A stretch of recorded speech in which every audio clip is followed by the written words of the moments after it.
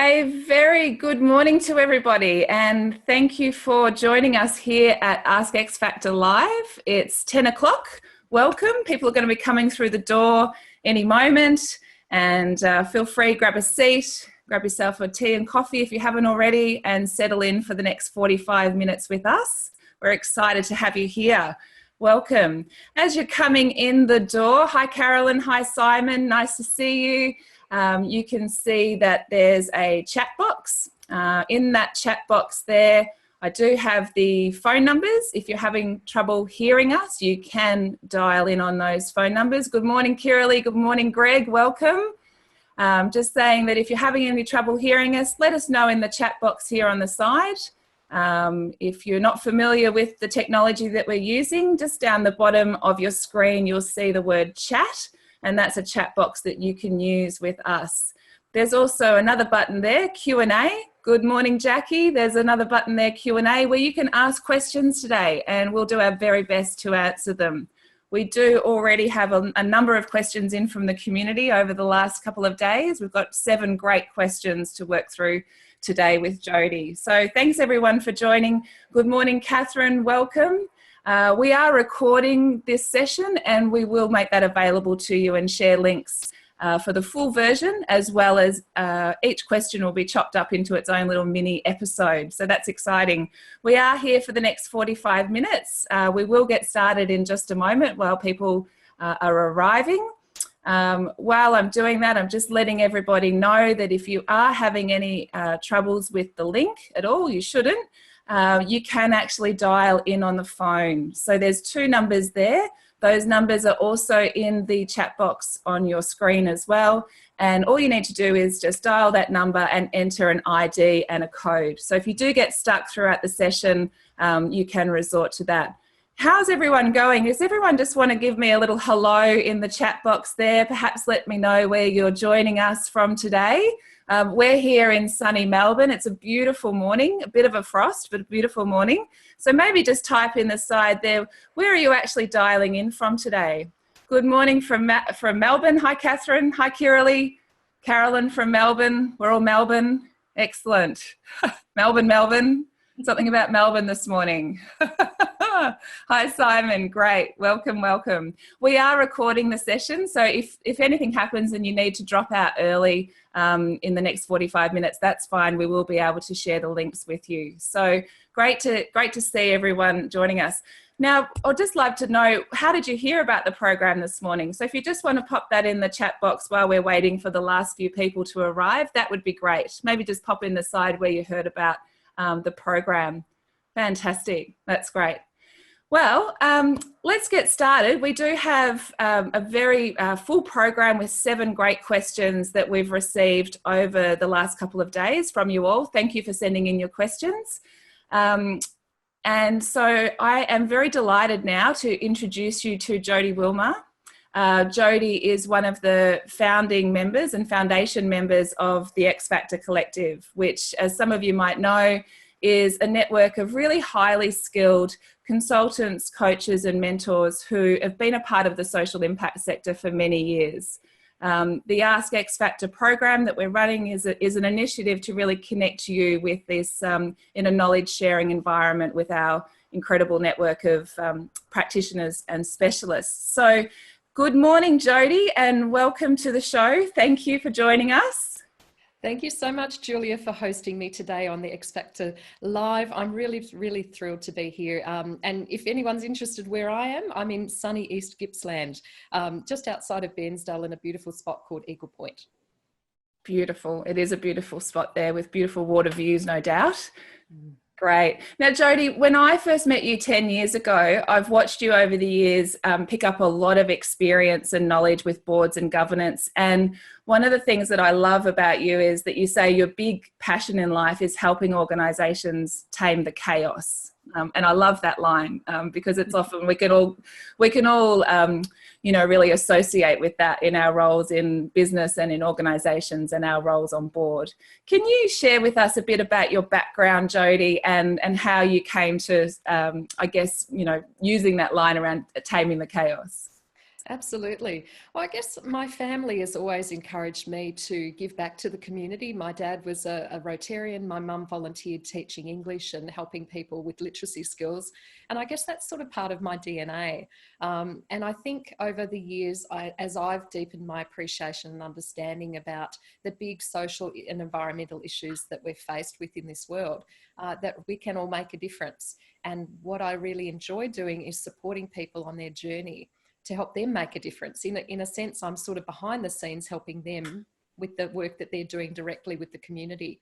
And I guess this notion about taming chaos came to me when I was a CEO of a non-profit, and I've sat on boards, I've chaired boards, I've been on boards, and it sort of made me feel like there's a lot of things that we're trying to juggle with and deal with, especially in, organisations and programs that are really quite difficult to manage. We're dealing with some pretty big issues about family violence right through to homelessness.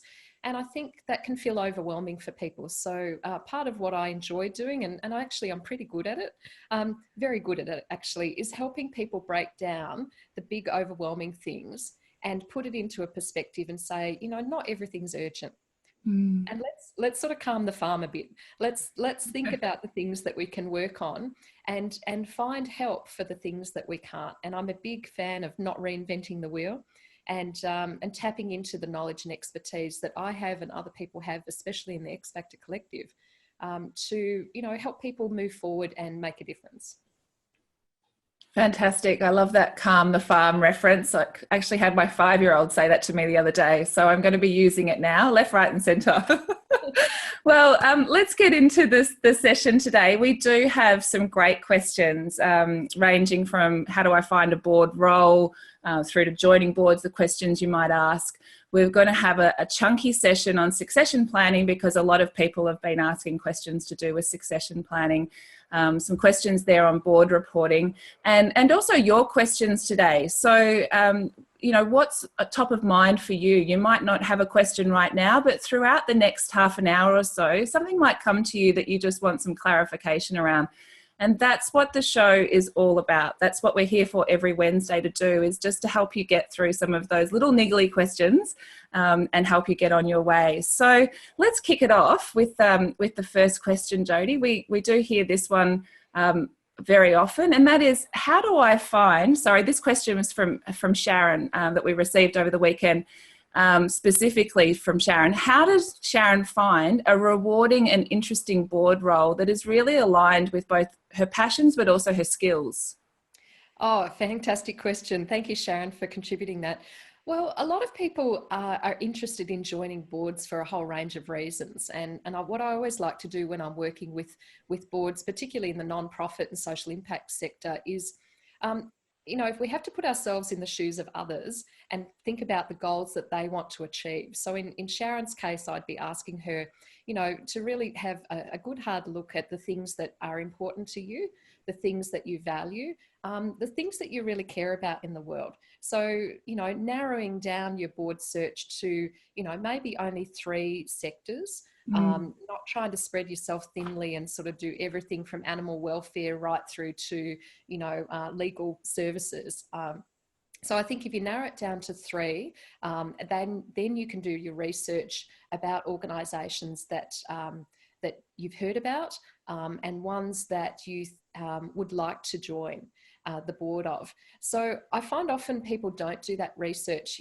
They might be at a networking event and a very desperate board member sort of meets them in a cocktail event and sort of, ends up saying to them, oh, can you join our board? And often people who are looking for board roles go, oh, wow, it's fantastic. Someone's just asked me to join. I'd be quite wary about that because, you don't want to ask people to marry you on the first date. Likewise, if you're looking to join a board, you really have to do your research. So narrow it down to 3 sectors, and the sort of research that I'd encourage Sharon to do is doing the due diligence. So first of all, look at the website. What do the financial statements look like? Are they running deficits, many, many years in a row? Or have they got a healthy surplus that they can invest back into their programs? is their website even up to date, especially about the board directors? That says a lot to me about the commitment and sophistication of the organisation about governance. Do they have a strategic plan? And actually, how strategic is that strategic plan? Is it lots of motherhood statements that no one really understands? Or is it something that you want to sign up to and say, you know what, as a board director, I can make a real contribution to this?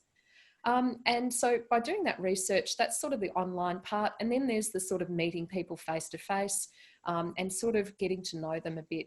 And there's another way that you can sort of try before you buy, being on a board, which would be joining a subcommittee. And that would be a nice segue to help you get to know the organisation, but not sign up to all the duties and obligations as a director. There's a whole list of due diligence checklist type things that you'd need to do, but they'd be the first ones. And I guess that other part that Sharon mentioned there about the values, values are not just words that are written on a page. It's the culture and the behaviour and the way people relate. And so if you're doing your research, you could also do some pop-ins to the services if it's appropriate to do that, or make an inquiry over the phone and get a sense of how people, whether they're volunteers or paid staff, interact with people.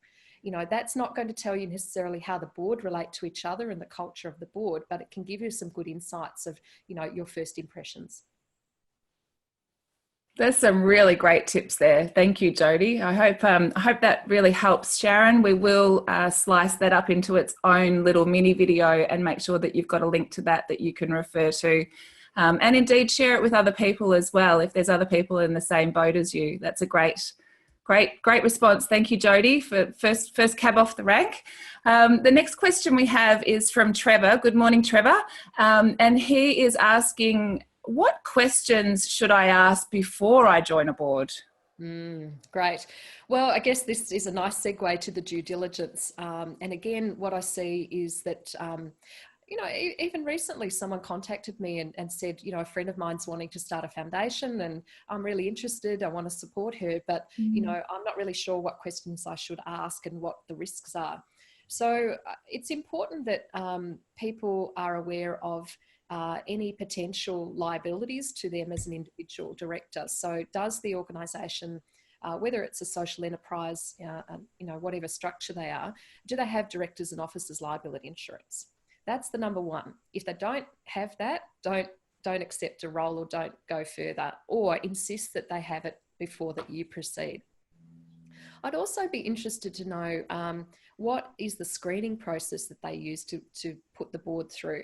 So, in the financial services sector, there's a big compliance about being a fit and proper person. In many not-for-profits, maybe there's a small barrier to entry with a national police clearance or a working with children check, but that's not really enough. As directors, you need to understand, are they a fit and proper person to hold a directorship? Had they been excluded or banished from other director roles?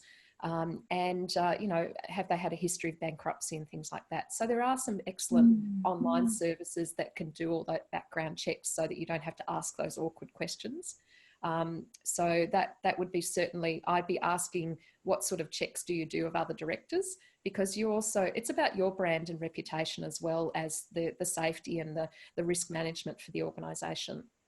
And I think certainly if you were seriously considering a board role, you have to insist on getting copies of previous minutes of papers and board reports, at least back over 12 months, so you can see significant decisions or issues and how they're being managed, and financial statements, so you know what you're getting into.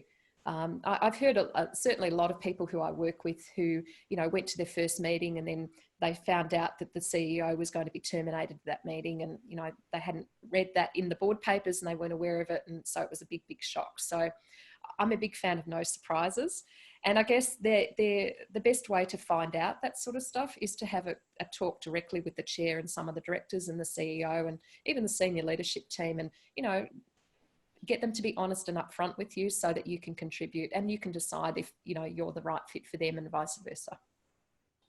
That's fantastic. Thank you, Jodie, for that. And I would be interested in perhaps even we could dig up some of those links for those background checks as well, because it can be awkward asking some of those questions. So maybe we can actually grab some of those links, and if anyone's interested, maybe you could just pop in the chat box there to us if you're interested in those resources on how to do those background checks. Let us know and we can share those with you in a follow-up as well. But we might even get things like that on our website, Jodie, because they sound really useful. And I wasn't aware that there was actually such a service. So that sounds great. Catherine's saying, yes, please. Great, Catherine. We'll make sure that we get that out to you. There's so much, isn't there, out there? It's so hard to know where that even if it exists, to actually find it. That's it. Great, Jodie. Thank you so much for that. Kiralee says, yes, please, too. Not a problem, Kiralee.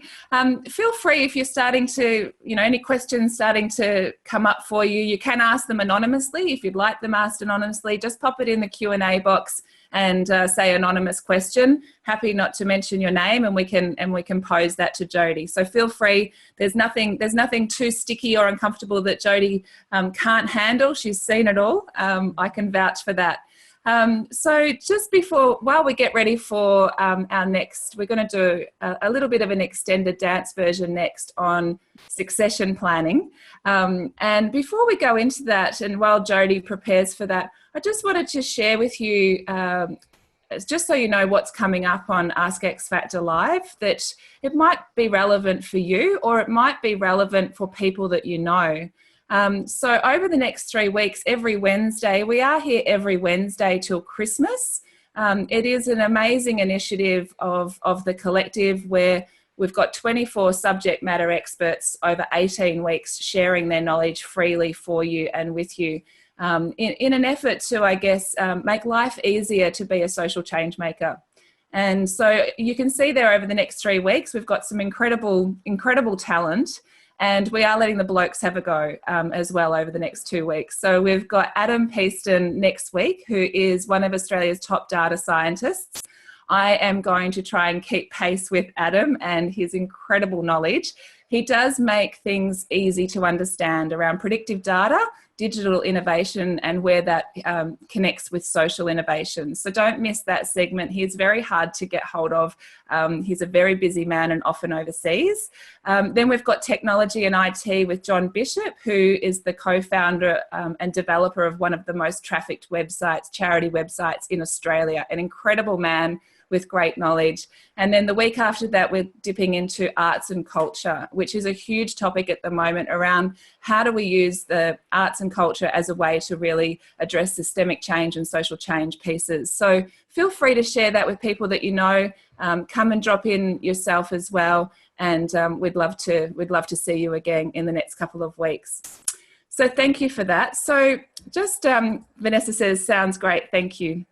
Thanks, Vanessa, for that comment. So feel free to drop in any questions. We are going to move across now into a little bit of a segment on succession planning. Those first couple of questions there, Jodie, have been a really nice segue actually into, okay, how do I find a role? What do I do when I find a board that I'm interested in?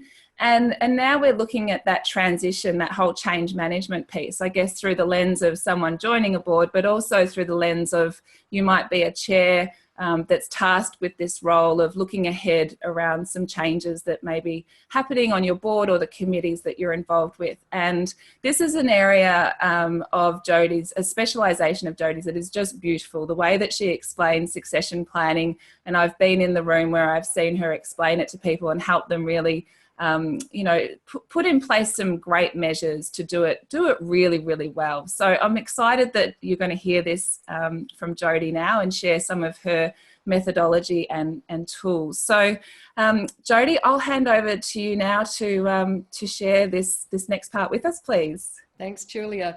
Well, I guess for everybody here today at this Ask X Factor Live, part of the quandary that we all have about succession planning is exactly what does it mean? So, I've been on boards and I've been working with clients, and I'm sure people here today can relate to this, where people say, oh, we must do something about succession planning. And this is typically what happens. So, somebody says that in the board meeting and everyone goes, yeah, we should do something about that. And then nothing happens. Or it's a standing agenda item where there's no activity. And then people start to throw around things like, oh yeah, my term's coming up for an end in 2 years. And there's all these sort of random conversations that happen in the boardroom because succession planning is part of the governance responsibility of the board. Renewing, replacing, making sure that the skills are relevant, that the diversity on the board reflects the diversity of community and the communities that you're working with. But also cognitive diversity and gender and disability and, rural and regional. I mean, diversity is so broad. It's not just about gender. And so I think the first thing is that people often talk around this topic, and they talk around it a lot. And I'm working with a drug and alcohol service at the moment that's been trying for, the last 12 months to get subcommittee members on their marketing subcommittee, and even convincing the board that they needed to do that was a battle. So, I'm working with them. I've got a really easy methodology that we can implement. The exciting news is, and I'm sure that people on today's X Factor Live will be pleased to hear this, there are thousands and thousands of people out there who want to contribute to your organisation on the board or on a subcommittee. So, when people say to me, oh, we just can't find anyone, they're just not looking in the right places and in the right way. Mm-hmm. So the other thing about succession planning that often becomes a very awkward and difficult issue is that when people are sort of outstaying their welcome. So by that I mean, even people who've been on the board, say, for 4 years, and they can renew their term under the Constitution. The question really has to be, well, in what way are they contributing to the mission and the goals of the organisation? And sometimes people aren't. This is an awkward question, or awkward situation, because they may be occupying a seat. They're not really bringing to the table the skills, the attributes, the networks, the resources that the organisation needs. So part of the goal of succession planning is making sure you've got the right people at the right time with the right skills.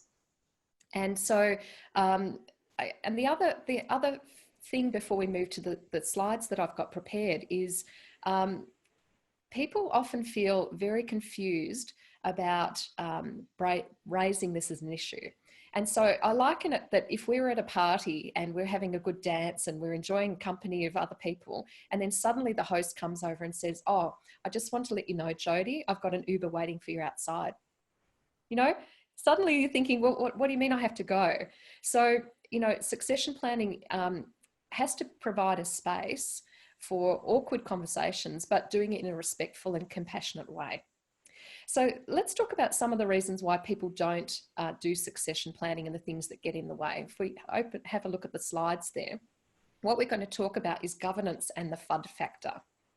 And, when I say FUD factor, this is for fear, uncertainty and doubt.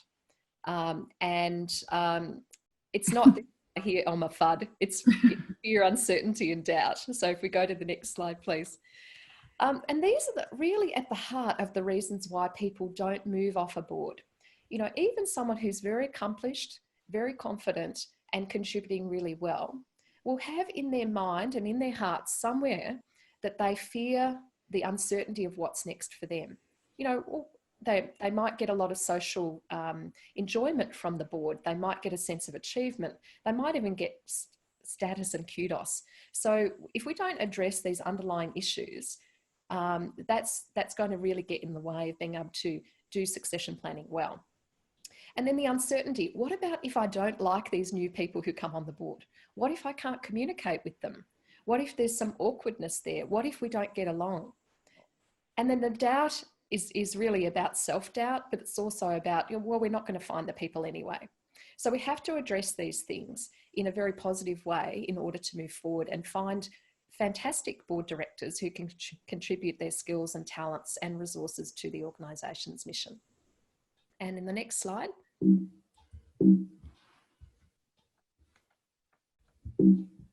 Oh, maybe not. Sorry. Yes, here we go. That's me doing really bad slide turning. Yeah. So So the denial part, distress, danger, desperation. Look, sometimes, there are really, really challenging issues that the board are facing. And it might be about poor performance of a board director. It might be some ethical conduct that's unethical conduct. There might be some real challenges that the organisation is facing about some, internal issues or loss of reputation or funding or all sorts of issues. So these are difficult for people to really acknowledge, and particularly if you're bringing new people onto the board, you have to consider how you can communicate these in a way that can harness their skills and experience but not scare them off. And I'm a big fan of the no surprises approach. So you have to be honest and have integrity, and acknowledge what's happening, but also help people understand the situation that you're in at the moment. And the thing about succession planning is that people always think it's about the planning part. I'm here to tell you it's actually about the action part. You can have all the plans in the world, but unless you do something about it, you're not going to progress and move forward. And next slide, please. Yeah, so if you leave it too long, you really become quite despairing. And the way that shows up is, if we go back to the beginning of our conversation today, Julia, it's really about people feeling overwhelmed, taming the chaos, people feeling burnt out because there's not a renewal. And some of the best ways that we can help and support our fellow board directors is looking for those signs where people are burnt out, and perhaps they're worried they can't get off the board because they can't see somebody coming up in the pipeline. So they don't want to let people down. So we have to actually do them an honour and a service to make sure that we can allow them to move on to the new opportunities out there, or choose to spend more time with friends and family or their business or whatever they want to do. Okay, and so on the next slide, so this is really just a nice visual to say that, you have to take a leap of faith here and go from, the fear, uncertainty and doubt over to the other side. And the other side is where, we're serving our customers and our clients much better. We're working on action, and the organisation is growing and thriving. And, sometimes that can make a difference of new directors coming in, who can bring that sort of freshness as well and work in harmony and conjunction with the existing directors. It's not about saying the new ones are really awesome and the ones who are left behind are not. It's about working together as a team. And on the next slide. And so this is a good little model that I've developed to help people, you have to have an awareness to start with about the need to have board renewal. You have to have a culture that says, you know what, we're not going to be here forever, and we have to have really good conversations and support people to make good decisions. But we also have to have compassion with ourselves and also the places where other people are at. And of course, action taking is essential. And all of those four approaches, what I call the ACCA model, we have to think about what are the needs of our customers or our consumers or clients in the middle, and how are we best serving them. We don't have governance just to have board meetings. We have it to make good decisions that have positive impacts on the people we're there to serve. And just lastly, I've got a bit of a diagram that I've developed. It's got a fancy name, board length of term table. If anyone here on the call can think of a better way to describe it, please hit me up. And what I developed this for is because a lot of board directors get confused about when their term expires. And often the way that shows up is that people spend a lot of time trying to think about it, and then they get caught unawares, and suddenly, 2 or 3 directors are not eligible to renominate, even if they were able to, because they've got great skills, but because of the Constitution, they're not allowed. So this visual gives you a great insight and say, okay, there's not going to be any surprises here because we know what's planned. What we don't know is the unplanned.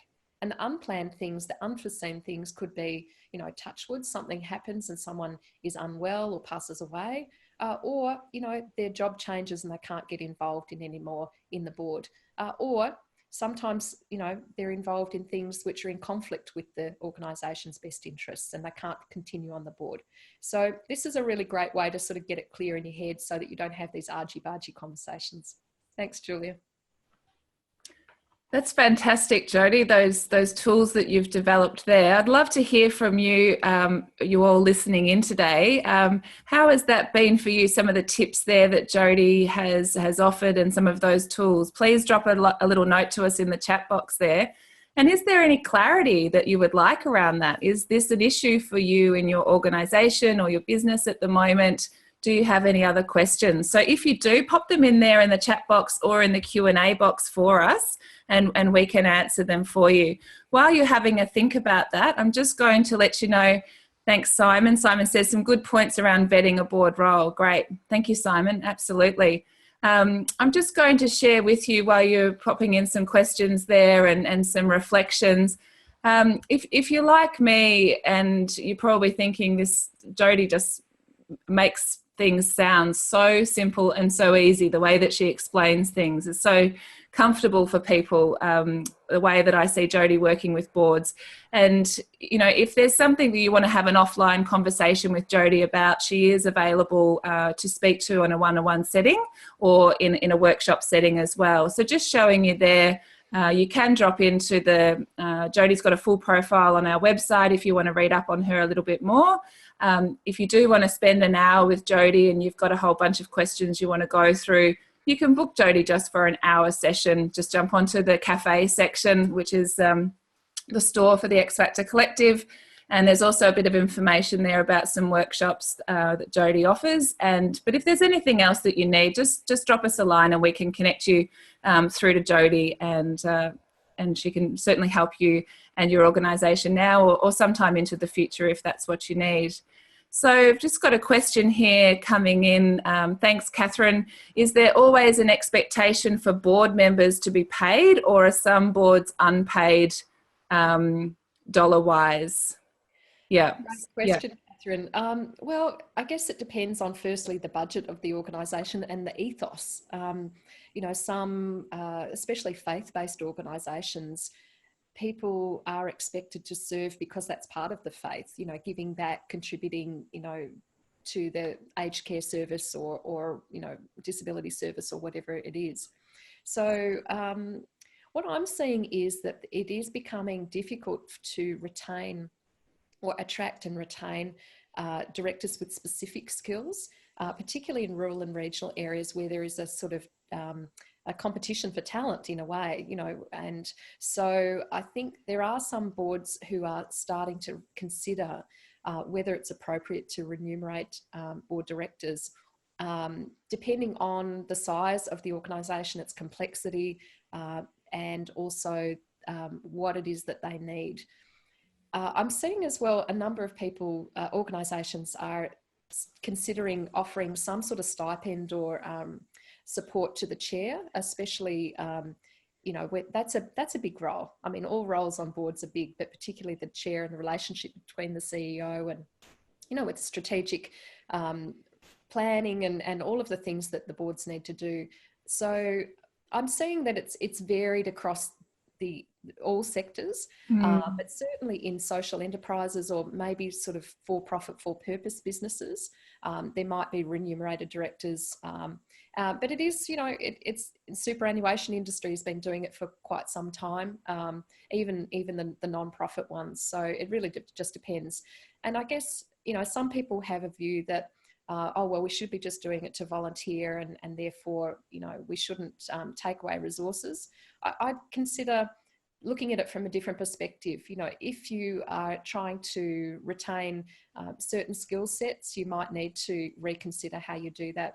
And it has to be relevant and fit for purpose. Again, you know, if you're running a dairy cooperative or something like that, the fees that you pay to your directors have to go through that test of what would our members think. You know, is it appropriate, but is it also in line with expectations? And you don't want situations like has happened in some big charities where boards have sort of helped themselves to the cookie jar completely inappropriately. You know, whether they've been paid or not, they haven't been doing the right thing. Great. Jodie, that's a fantastic response, and, you know, certainly a growing topic that we're seeing all the time. People asking that, ask that of the collective often about paid and unpaid and what to do. So great question there, Catherine, and hopefully that helps. Catherine's just said, wonderful response. Thanks, Jodie. Kiraleigh's picked up on board accountabilities as a question, and she's wondering if she could ask a question about that. So Kiralee, hopefully I've got this right.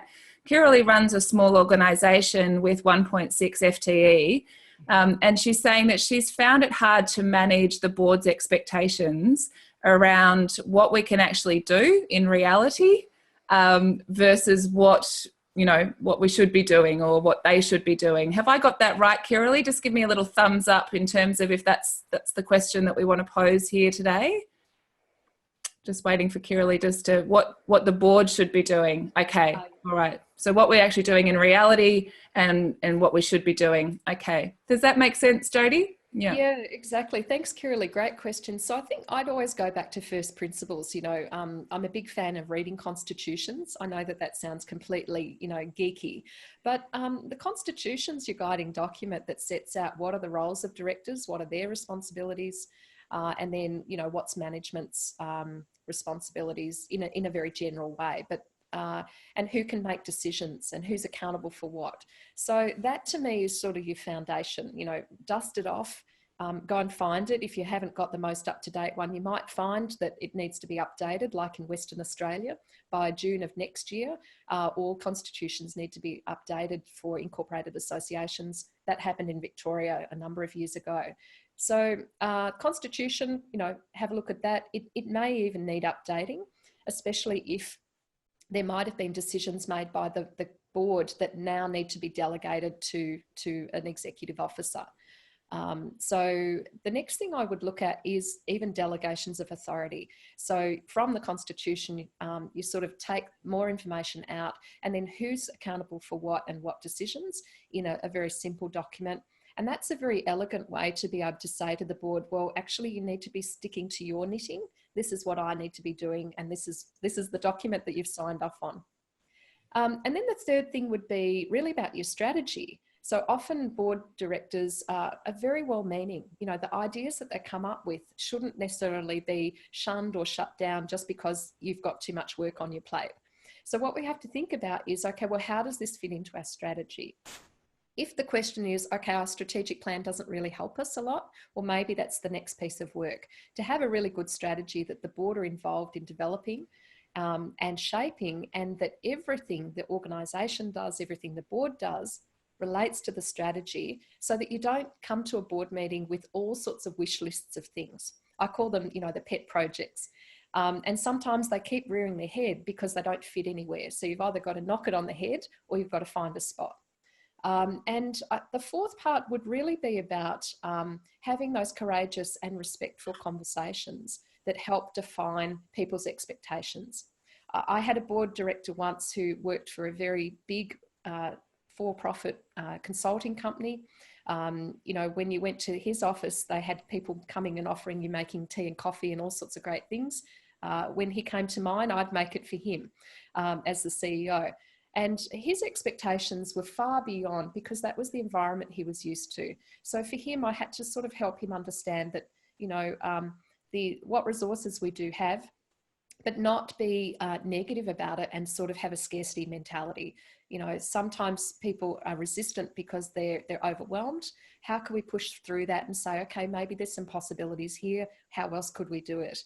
And help people understand that, it might be a great idea, but it's something we need to consider later, or asking the question, so how could you help make that happen?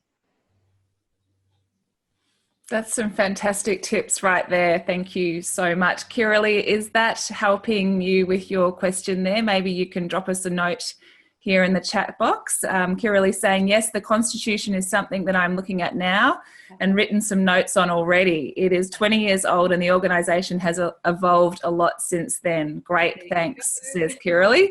Fantastic, excellent. Well, we have another 5 minutes to go before we are wrapping up. And so we're just going to pop across to a couple of other questions we've received in the last few days. And it does pick up on this topic of accountability.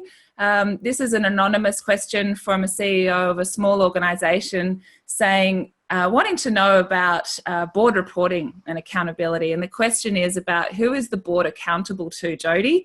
And what are some of the ways that we can streamline our board reporting to make it more relevant and give us the insights that allow us to be more strategic? Wow, that's a huge question. What a great question. So I guess who is the board accountable to? So accountable to the communities that you're there to serve, your customers, your consumers, your clients, their families, you know, whatever it is that you do. I mean, ultimately, without them, whether they're paying for the service or not, whether it's subsidised or not, without them, you don't have an organisation, you don't have a business. And I guess the other accountability is from a legislative point of view. There's obviously legislation and legal structures and liabilities.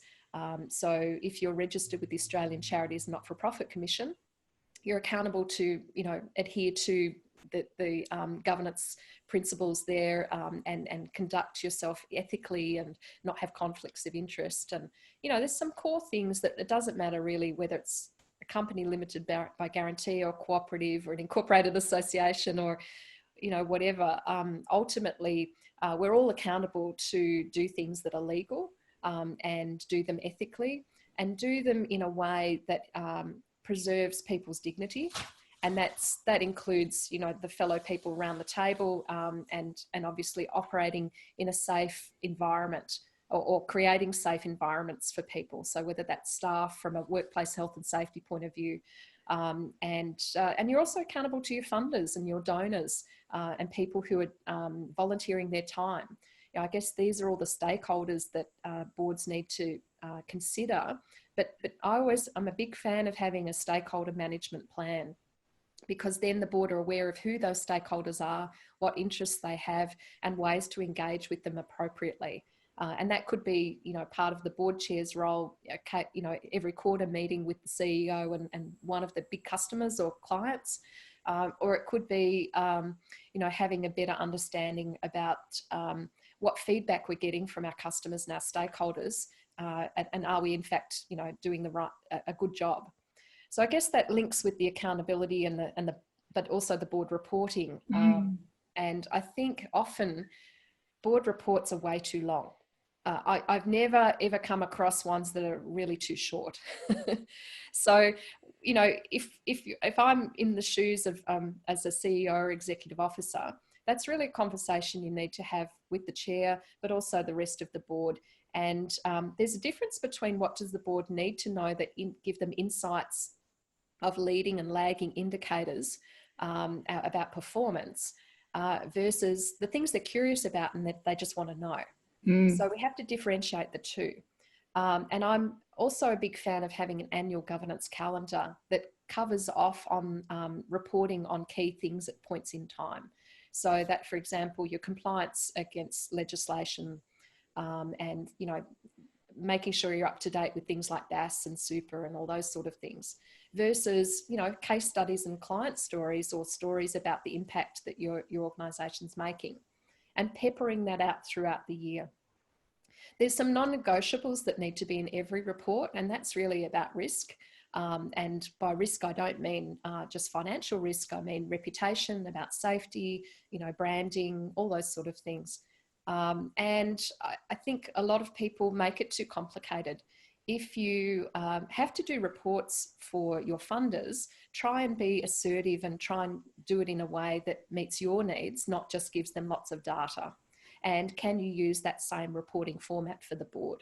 Try and report once, use often, as best as possible. That's great advice. Report once, use often. Very good. And we all have to be efficient with our time. So I'm sure there's lots of tools and strategies that you have there, Jodie, in terms of helping people be as efficient and effective as possible. Thank you so much for that, Jodie. We have 2 minutes to go, and there is one final question that we have that we received over the last week. And I love this question because I think it's a really great one to finish on.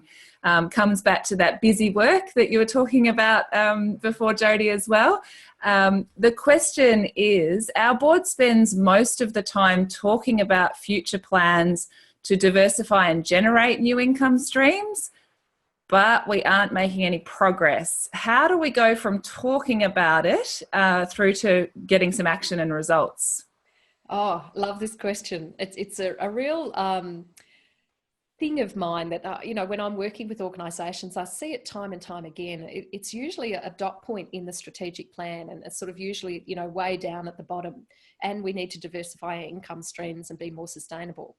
Number one, I say move it up to the top in your strategic plan. You know, make it more prevalent and prominent so that if you are reporting against your strategic plan in every board report, which you really should be, because that's the best and the easiest way to do it, that item actually gets some airtime. It's not at the bottom and we've run out of time and we suddenly forget. One of the best ways to actually sort of shift your thinking is what I'd say from a grant mentality to a revenue and income generating mentality. So the grant mentality is, oh, we can't do that because we don't have the money, so we're going to have to get a grant, and if we don't get the grant, we can't do it. Okay, so if you shift that and say, okay, well, what knowledge, expertise, assets do we have as an organisation, or it could be individual staff, or it could be key volunteers, or what products and services could we create that we could actually sell to derive income to make a choice about what we do with that money? That's a completely different way of thinking about it. And if you did a breakdown of all of your income streams, how long they're valid for or until they go, and then what percentage of your income that makes up, it's quite scary for a lot of people, because suddenly you might realize that you've got 90% of your income coming from 2 or 3 sources that are going to dry up in 12 months. So you need to have the data that helps give you the insight, but also the wake-up call that gives you a little bit of a jolt to say this is a priority. Because, you know, private sector businesses don't wait around for big grants. Non-profits and social impact businesses need to generate services that are relevant and generate income.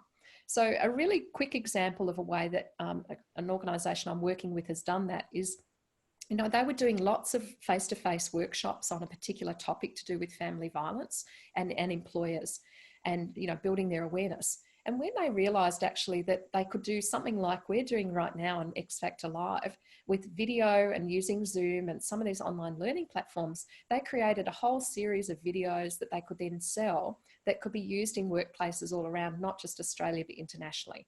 And now they've productized something and they can get the income.